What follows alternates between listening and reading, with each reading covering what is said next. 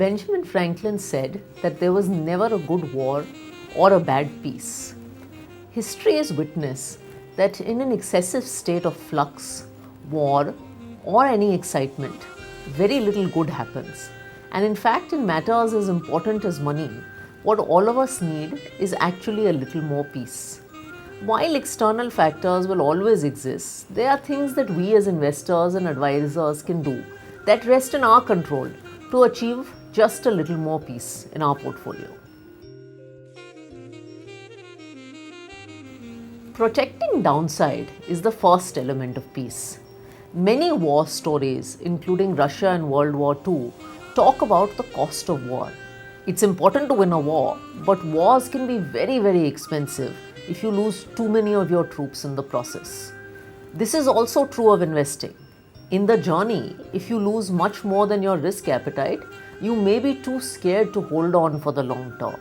And in the best of years, we all know that markets are volatile and cyclical. Also, the mathematical reminder is important. If you lose 10%, you need 11% to come back to par. But if you lose 50%, you need 100% to come back to par. Never forget that. Protect your downside through a single word, and that is asset allocation.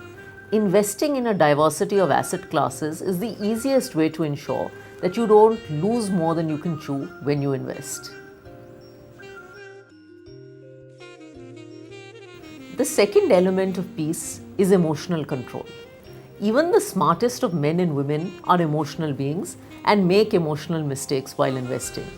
There's a very famous story of how the genius Isaac Newton bought shares of South China Sea at 180, exited the stock at 360. Then he saw his friends getting rich while holding it, and then re-entered at 680. The stock went to 1050 and then crashed. When do you think Newton exited? At 175. EQ is far more important than IQ in investing because greed and fear are such powerful emotions, and the desire to follow the herd is so human. Find ways to exercise emotional control and resist the urge to act.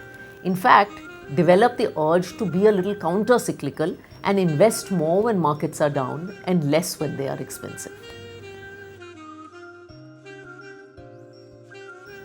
The third part of peace is automated investing. Automation is a great thing in any domain. It takes away the burden of activity from us, it saves time, and it's cost effective. In investing, when there is a constant desire to react to news around us, the more we automate, the better for us. We are constantly trying to time when to invest. Should we wait for another correction only to realize fear taking over when the correction occurs? And then by the time the environment has stabilized, markets have run up again too much, only to then wait for another correction. Timing is futile, and investing constantly is the easiest answer for many of us. Thankfully, the mutual fund industry has created a range of features to do this. SIPs, STPs, and SWPs for disciplined exits as well. Use them. Chasing consistency is the fourth part of peace.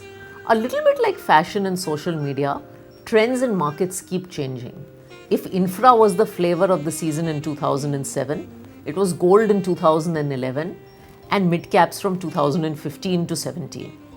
In a simple exercise, if you had just invested in the flavor of the season fund from 2007 to 2018 every year, and we used 7 different flavors in our study, you would have realized a 9.9% compounded return.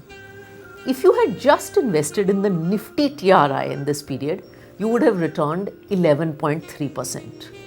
Chase simplicity and consistency, especially in a country like India, where the opportunity across segments and sectors is large enough and the index growth itself will give you a very respectable rate of return. Expert advice is the last and most important part of peace. In a recent trip to Kanpur, I addressed an investor event and a young investor asked me, "There are thousands of MF schemes and 40 plus AMCs, how do I choose the right one?"